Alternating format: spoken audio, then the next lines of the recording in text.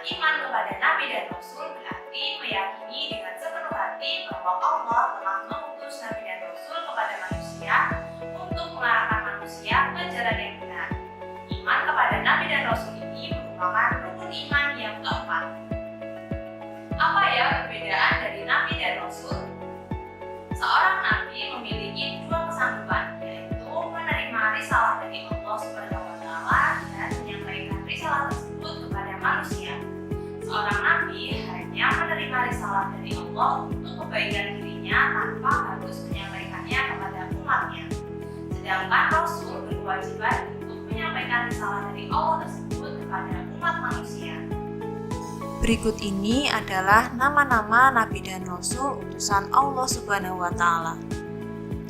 Nabi Adam alaihi salam, Nabi Idris alaihi salam, Nabi Nuh alaihi salam, Nabi Hud alaihi salam, Nabi Saleh alaihi salam, Nabi Ibrahim alaihi salam, Nabi Lut alaihi salam, Nabi Ismail alaihi salam, Nabi Ishak alaihi salam, Nabi Yakub alaihi salam, Nabi Yusuf alaihi salam, Nabi Ayub alaihi salam, Nabi Syuaib alaihi salam, Nabi Musa alaihi salam, Nabi Harun alaihi salam, Nabi Zulkifli alaihi salam, Nabi Daud alaihi salam, Nabi Sulaiman alaihi salam, Nabi Ilyas alaihi salam, Nabi Ilyasa alaihi salam, Nabi Yunus alaihi salam, Nabi Zakaria alaihi salam, Nabi Yahya alaihi salam, Nabi Isa alaihi salam,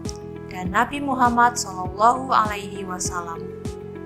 Selanjutnya kita akan membahas tentang Rasul Ulul Azmi. Ulul Azmi adalah teguh hati dalam menjalankan amanat dan bekerja keras dalam mewujudkan cita-cita, sehingga dapat melalui cobaan yang dialami dalam mencapai tujuannya.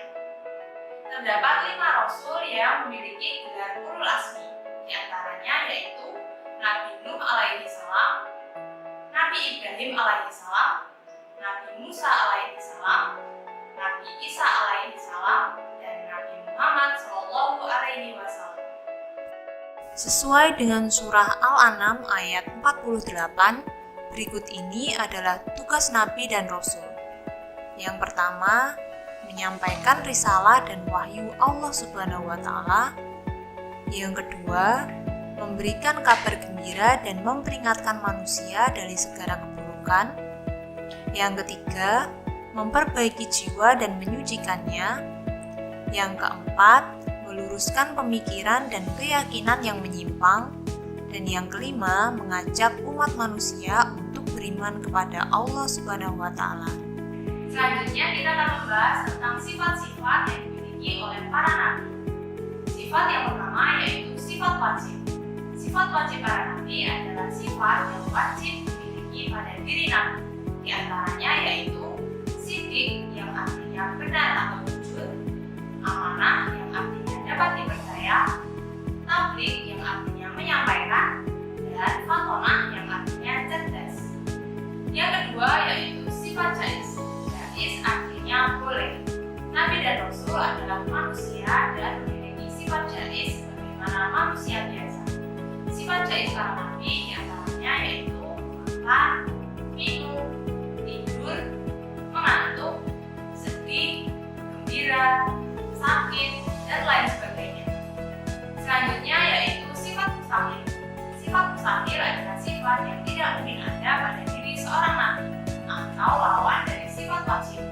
Sifat-sifat mustahil para nabi diantaranya yaitu kizib yang artinya dusta, khianat yang artinya tidak dapat dipercaya, kitman yang artinya menyembunyikan wahyu, dan baladah yang artinya bodoh. Nah, setelah memahami sifat-sifat pada diri Nabi dan Rasul, hendaknya kita bisa meneladani sifat wajib yang ada pada diri seorang Nabi dan Rasul, serta kita bisa menjauhi segala sifat mustahilnya. Berikut ini adalah contoh kisah Nabi yang memiliki sifat wajib amanah.